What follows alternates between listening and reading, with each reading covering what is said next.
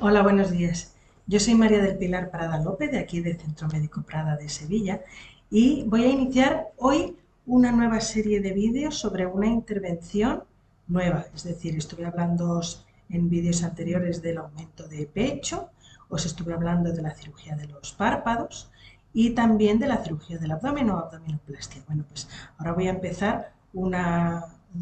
grupo nuevo de vídeos sobre, en este caso, sobre el aumento de pecho con mastopexia o elevación del pecho. Entonces, bueno, pues este vídeo es de generalidades, es decir, os voy a hablar un poquito en general de la intervención, cómo es y eso, en qué casos está indicada, y luego ya en vídeos sucesivos voy a pasar a explicaros, como siempre, pues las distintas partes de la intervención, las indicaciones, la preparación, el desarrollo y el posoperatorio. ¿De acuerdo? Muy bien. Bueno, pues ya os hablé ampliamente en los vídeos sobre aumento de pecho, sobre bueno, pues la colocación de prótesis mamarias, en qué consisten las prótesis, cómo son, qué tipos hay, todo eso. Es decir, sobre eso no voy a volver en estos vídeos. Os remito a que veáis esos vídeos que ya tengo publicados sobre ese tema. Entonces, en este caso os voy a hablar de situaciones en las que no solamente el pecho es pequeño, sino que también está caído. ¿De acuerdo? Aunque esta intervención tiene muchos matices, es decir, que no solamente está indicado puramente en la caída o puramente en el pecho pequeño con caída, sino que hay casos más en que también puede estar indicada que ahora os comentaré brevemente. ¿De acuerdo? Pero en principio la indicación más habitual, la más frecuente y la principal es cuando hay caída del pecho y además el pecho tiene pequeño volumen. Tengo que indicaros también en que no solamente se hace esta intervención cuando el pecho es pequeño y se quiere un volumen mayor. Se puede dar el caso de que no se quiera un volumen mayor del que se tiene, es decir, que se esté contenta con el volumen que uno tiene, pero el problema es que haya caída en el pecho. Pero, a ver, hay una intervención que es la mastopexia pura o elevación pura del pecho en que no se colocan prótesis de mama, es decir, lo que se hace es quitar piel sobrante porque siempre que hay una caída es porque la piel ha cedido y hay piel de más. Entonces, básicamente la intervención consiste en eliminar ese exceso de piel. Pero, es decir, en el caso de la mastopexia pura se quita piel sobrante, pero ni se quita ni se añade volumen, es decir, se utiliza el contenido de mama que ya hay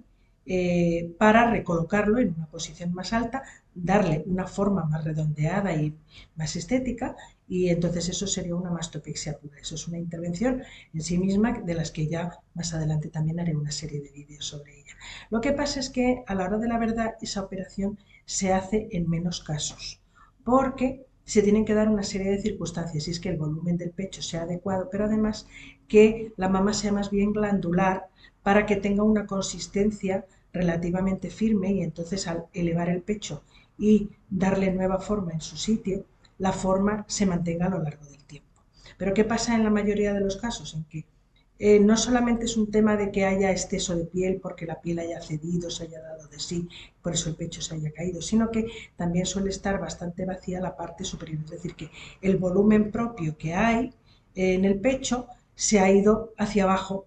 conforme la piel ha ido descendiendo. Entonces nos encontramos con que la parte del escote, que es la parte que además a las mujeres pues nos gusta lucir con la ropa y todo esto, se encuentra vacía. Entonces eso pues da un aspecto menos estético al pecho. ¿De acuerdo? Entonces, en esos casos, incluso cuando el volumen es el adecuado, puede interesar colocar una prótesis de mama también, a la vez que se eleva el pecho. Entonces dices, bueno, pero claro, la prótesis me da volumen, eso es así. Quiero decir que por pequeña que sea la prótesis, que en estos casos, si el objetivo es rellenar sobre todo el escote, la prótesis se utiliza más bien pequeñita, no se utilizan prótesis grandes, pero con eso y con todo, la prótesis de por sí aporta un volumen al pecho, con lo cual el resultado va a ser un volumen mayor. Pero no necesariamente, porque lo que se puede hacer en estos casos, si no se quiere mayor volumen, es quitar un poquito de contenido del pecho, es decir, glándula y grasa, que es lo que constituye el interior del pecho, de la propia persona, sobre todo de la parte de abajo, que es la que suele colgar y está situada en la parte más abajo. Entonces, estaríamos haciendo, pues, aportar volumen por un lado con la prótesis, pero por el otro lado quitarle, o por lo menos parte de ese volumen que aporta la prótesis, de tejido propio, que además es el tejido que colgaría después y el que, digamos que tendería después a colocarse en la parte de abajo del pecho. Entonces, la prótesis no, porque la prótesis la colocamos debajo del músculo pectoral y entonces el músculo no deja que la prótesis se caiga, sino que la mantiene en su sitio rellenando el escote, que es el efecto que queremos conseguir. Es decir, que, ya digo, una indicación para el aumento de pecho con mastopexia podría ser no para aumentar el pecho, sino para conseguir un pecho en su sitio y además con un escote relleno y firme. Casos en que está indicada esta operación de aumento de pecho con mastopexia. Bueno, pues los casos más frecuentes que nos vienen a la consulta son las pacientes que han tenido uno o varios embarazos y sobre todo si ha habido lactancia de por medio, pero incluso aunque no la haya habido. Es decir, que ocurre una cosa y es que cuando una mujer se queda embarazada, el cuerpo suyo produce una serie de hormonas que son las que llevan a cabo, las que condicionan que el embarazo se desarrolle y siga adelante. Entonces esas hormonas producen una serie de cambios en el cuerpo en general. Entonces uno de los cambios que produce es que inciden sobre la glándula mamaria y hacen que la glándula mamaria se desarrolle. Por eso en los primeros meses del embarazo, aparte que se nota tensión y tirantez en el pecho, se nota que el volumen del pecho va aumentando y es porque la glándula se va desarrollando. Esto tiene el objetivo de que cuando se termine el embarazo y nazca el bebé, pues la glándula esté preparada y tenga el volumen suficiente como para empezar a producir leche. Eso es una cuestión orgánica que se da pues como parte del embarazo. Entonces, dependiendo de la calidad de la piel de la persona, claro, la piel tiene que acompañar en su estiramiento, igual que la piel de la barriga acompaña al crecimiento del abdomen, del útero que hay dentro conforme se desarrolla el bebé, pues también conforme se desarrolla la glándula, la piel se estira y va adaptándose al nuevo volumen, es decir, se va dando de sí. Entonces, ocurre que en muchos casos, bueno, de mujeres afortunadas que tienen buena elasticidad en la piel, una vez que el niño nace y se termina el embarazo, pues bueno, la glándula vuelve a su sitio porque ya no tiene la influencia de esas hormonas, salvo que se diera el pecho, en cuyo caso sigue la influencia hormonal que ahora comentaré. Pero bueno, si pongamos que no se da el pecho y entonces pues ya todo se revierte, la glándula vuelve a su tamaño normal y teóricamente el que tenía antes del embarazo,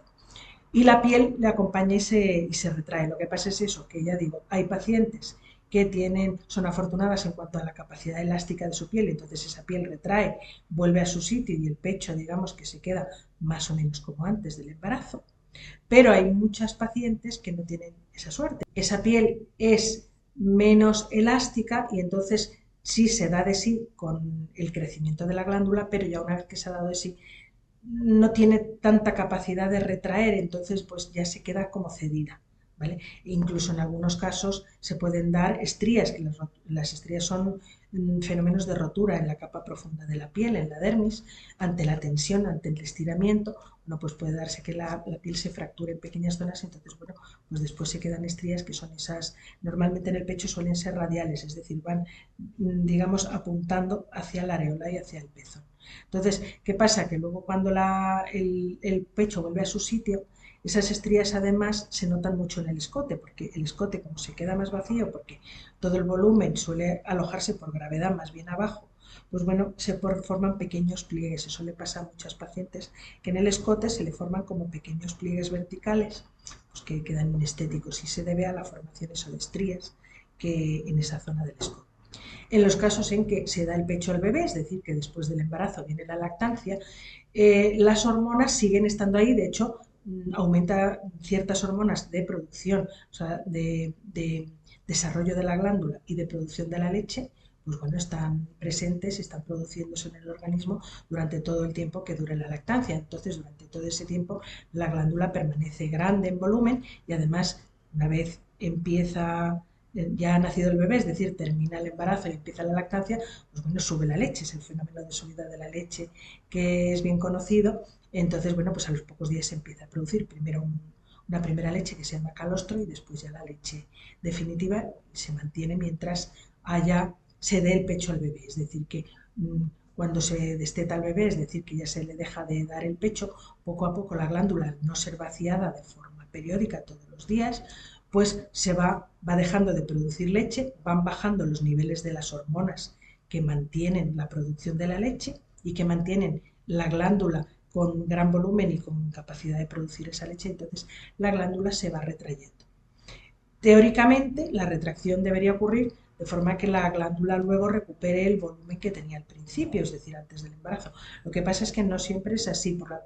Por experiencia os puedo decir que muchas pacientes que vienen a la consulta me comentan que el pecho se les ha quedado incluso más chico que antes. En otros pacientes no, es decir, que eso varía mucho de un organismo a otro. Pero vemos que es bastante frecuente eso, que incluso a la hora de retraer la glándula, retraerla incluso más y se quede más pequeña de lo que estaba antes del embarazo. Pero sin embargo la piel a lo mejor pues no tiene esa capacidad de retraer y volver al estado de antes del embarazo y entonces pues puede quedar el pecho caído porque claro, la glándula que queda además por gravedad siempre tiende a ir hacia abajo, entonces acumularse en la parte de abajo y dejar más vacía la zona del escote, que es lo que comentaba antes. Entonces, bueno, pues ya digo, se dan muchos casos de pacientes que acuden a la consulta una vez que terminó el embarazo, una vez que terminó la lactancia, entonces cuando han visto que el pecho ha retornado a su estado basal, pues bueno, han visto que el pecho se ha caído, el pecho ha disminuido de volumen, el escote se ha quedado vacío, no les gusta el aspecto. Entonces ahí estaría indicada esta intervención, la del aumento de pecho con mastopexia o elevación. Muchas veces en estos casos, después del embarazo, bueno, pues lo que está indicado es un término que se ha puesto de moda recientemente, que es el Mommy Makeover. Que Mommy Makeover lo que viene a significar es un conjunto de intervenciones, de tratamientos, pero bueno, de intervenciones quirúrgicas destinadas a hacer recuperar a la mujer el aspecto físico, en lo posible, vamos, el aspecto físico de su cuerpo antes del embarazo. Entonces, fundamentalmente, el aumento de pecho simple o con mastopexia estaría incluido en ese tipo de intervenciones de las Mommy Makeover y también la abdominoplastia, puesto que ya os comentaba en otros vídeos anteriores que la abdominoplastia está indicada en muchos casos después de que haya habido un embarazo, entonces la barriga, pues la barriga decimos en Andalucía, la tripa, el abdomen, se ha dado de sí, los músculos se han separado, entonces pues hay piel sobrante o hay un abombamiento del abdomen que no había antes del embarazo. Entonces, en esos casos, pues la abdominoplastia sería otra de las operaciones del Mommy Makeover. Hay otros casos en que también está indicada la operación de mastopexia con aumento de pecho,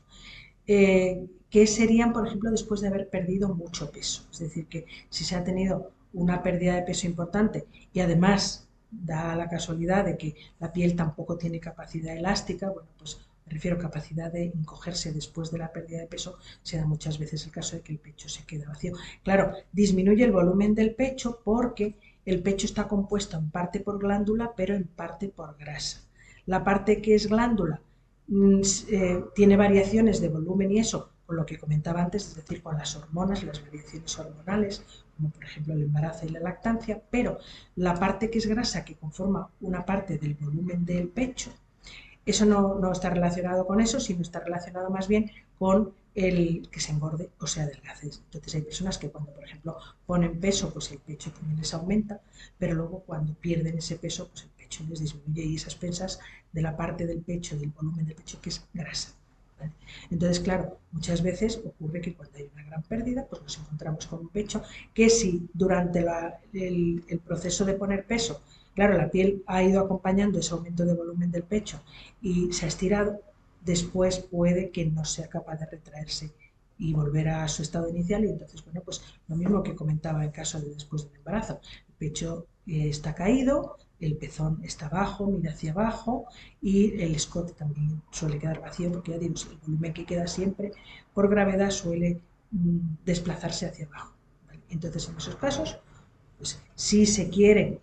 recuperar más volumen y además, o bien, ya digo que no se quiera recuperar volumen, lo que se quiere es tener el escote bien relleno y que el pecho quede bien colocado en su sitio, entonces la operación indicada sería esta, sería la mastopexia con aumento o el aumento de pecho con mastopexia, que lo llamamos de las dos maneras. En estos casos de personas que han perdido mucho peso, pues puede ocurrir que no solamente haga falta este tipo de intervención, hagan falta otras como la abdominoplastia, porque también sobre piel en el abdomen, el lifting de muslos, porque sobre piel en la cara interna de los muslos, o el lifting de brazos, que también se hace, que es bueno, pues cuando la piel cede en el brazo y cuelga, y también hay una operación para eso. De todas esas operaciones yo iré poniendo vídeos en el futuro, pues para explicaroslas y deciros en qué consisten y que las conozcáis un poquito. Una cosa que me preguntan mucho es en estos casos, por ejemplo, suele ocurrir que las areolas, no solamente lo que es el pecho esté caído, sino que también las areolas estén más grandes de lo normal, a veces muy grandes. ¿Por qué es esto? Porque la areola en realidad forma parte de la piel del pecho. Entonces, si la piel del pecho ha cedido, o bien por aumento de peso, o bien por un embarazo o una lactancia, y se ha dado de sí, pues claro, la areola forma parte de eso, con lo cual también se estira. Entonces, se dan casos que la areola está más grande de lo normal, en mayor o menor medida, casos en que verdaderamente muy grande. Entonces, una pregunta que me hacen es, ¿se puede reducir la areola? Pues de hecho sí, porque cuando quitamos piel sobrante, que es en lo que consiste la mastopexia, o sea, la intervención de elevación del pecho, es eliminar la piel que sobra y tensar la que queda para que darle la forma al pecho, pues bueno, parte de la piel que se quita puede ser de la zona periférica de la areola en lo que se necesite. Ahora os voy a explicar también, bueno, os explicaré en qué consiste la intervención y en cómo se planifica, cómo se diseña. Entonces, pues veréis que la piel que se quita en parte es alrededor de la areola. Por eso se puede reducir la areola a un tamaño más adecuado. Y bueno, para terminar un poquito con las generalidades, porque no os lo quiero contar todo en este vídeo, ahora tendré que en sucesivos vídeos ya extenderme más sobre los distintos aspectos de la intervención. Pero comentaros que, claro, hay un inconveniente que tiene esta intervención frente al aumento de pecho simple, y es que la cicatriz forzosamente tiene que ser mayor. Porque claro, aquí estamos hablando no solamente de buscar una pequeña incisión para poder colocar la prótesis, que es lo que se necesita en un aumento de pecho simple. Entonces, con una pequeña incisión de unos 4 centímetros, o bien en la parte de abajo de la areola, o bien en el surco debajo del pecho, es suficiente para eso, puesto que la prótesis es flexible y se puede introducir por un orificio pequeño. Pero claro, en este caso no solamente se trata de eso, de colocar la prótesis, que también, sino que hay que quitar la piel sobrante, como estaba comentando hace un momento. Entonces, el pecho está caído porque la piel ha cedido, sobra piel, entonces le tenemos que hacer, como si dijéramos en costura, una pinza al pecho, es decir, que quitarle piel que sobra, recogerla y suturar con un diseño que está encaminado, eso sí, a que las cicatrices, dentro de que son mayores, pues siempre queden ocultas por un bañador o un bikini o un sujetador, vaya, o sea, es decir, que siempre las cicatrices van a ir desde la areola hacia abajo, es decir, van a estar comprendidas entre la areola y el surco de debajo del pecho. Y dentro de eso, pues bueno, pues el diseño más habitual es un diseño que llamamos en ancla o en T invertida, en que consiste en que hay una cicatriz alrededor de la areola. ¿Por qué alrededor de la areola? Porque normalmente el pezón y la areola suelen estar bajos, siempre que hay caída del pecho. Hay unas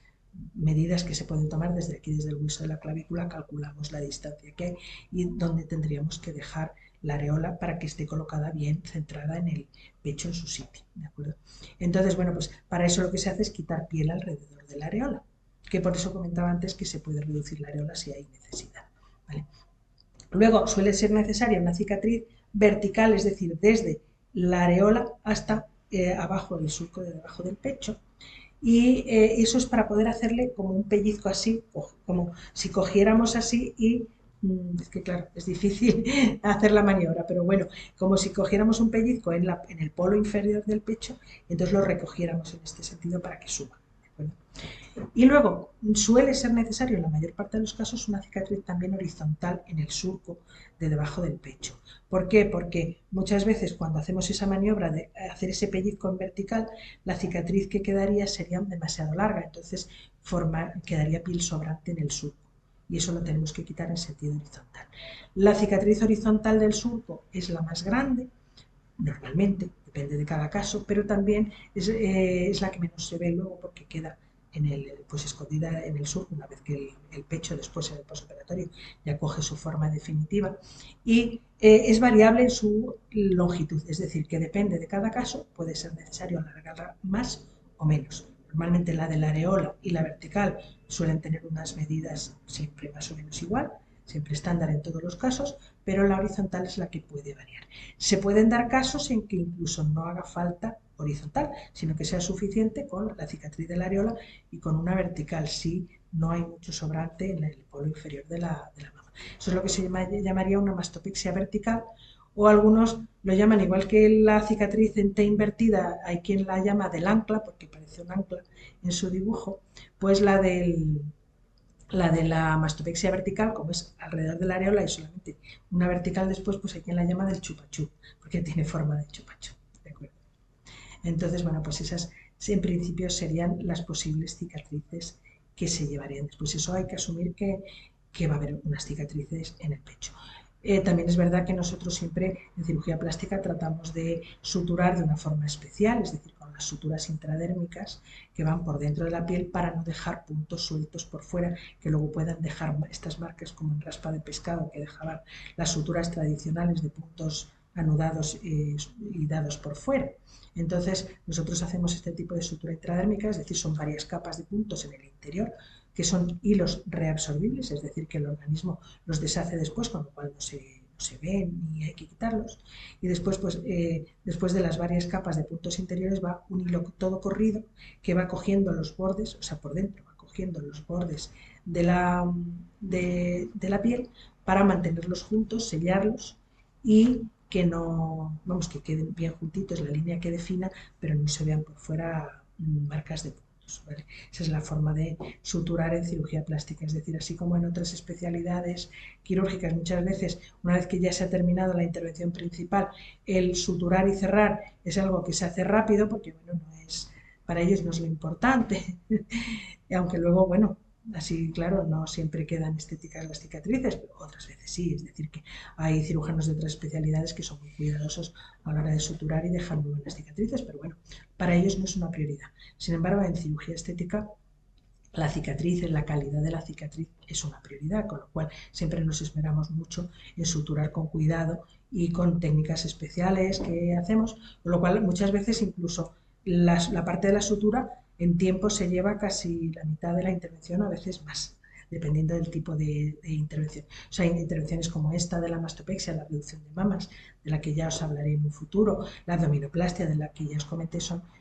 intervenciones que llevan muchos puntos porque las cicatrices son grandes. Entonces, bueno, pues buena parte del tiempo de quirófano se lo lleva a la sutura para que quede una cicatriz de buena calidad. Dicho esto,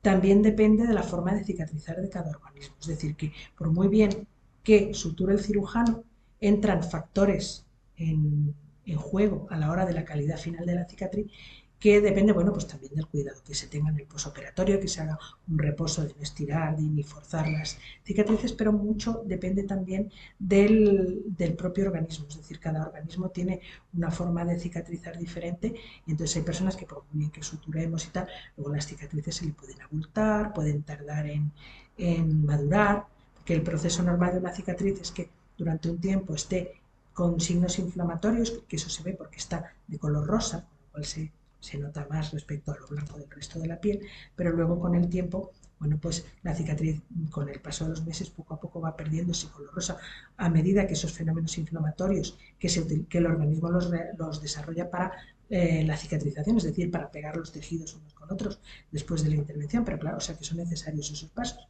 Pero claro, el organismo una vez que ha organizado toda esa inflamación para poder curar la cicatriz, poco a poco va desmontando, por decirlo de alguna manera, esos fenómenos inflamatorios van desapareciendo y entonces, bueno, pues la cicatriz va perdiendo color rosado y se va volviendo blanca, vamos, cuando digo blanca digo del mismo color que el resto de la piel. ¿De acuerdo? Pero bueno, eso es lo normal que ocurra, con lo cual al principio la cicatriz se ve rosa y luego ya pasa, las cicatrices antiguas pasan a ser blancas como el resto de la piel y a notarse mucho menos, pero hay organismos en que pues, por un exceso a lo mejor de fenómenos inflamatorios que desarrolla, por el motivo que sea, puede desarrollar cicatrices incluso abultadas, que tú pasas el dedo y notas como un cordón abultado, o bien pues que tarden mucho en blanquear o que se pigmenten, que se oscurezcan. Por eso siempre recomendamos a los posoperatorios después, durante varios meses, mientras la cicatriz esté rosada, que se proteja muy bien del sol con factores de protección máximos para que no se oscurezca, porque tiene tendencia a eso. Luego ya una vez que una cicatriz está blanca y madura, ya le puede dar el sol como el resto de la piel que no se va a oscurecer normalmente. Pero mientras está en proceso puede ocurrir. ¿Vale? Todo esto inciso que ya, bueno, pues os comentaré en su momento en cada intervención, pero bueno, dejarlo claro que claro, como en este caso pues hay unas cicatrices ahí, hay que contar con eso. ¿vale? Para terminar, os tengo que hablar, en relación con esto mismo de las cicatrices también, de un tipo de mastopexia que tiene cicatrices menores. Entonces, es la mastopexia periareolar. En este caso, la cicatriz iría solamente alrededor de la areola. Dicho esto, así parece que es la técnica ideal, ¿no? Porque mira, te ahorras todo el problema de las cicatrices. El problema es que en realidad como mastopexia, o sea, como para producir la elevación del pecho,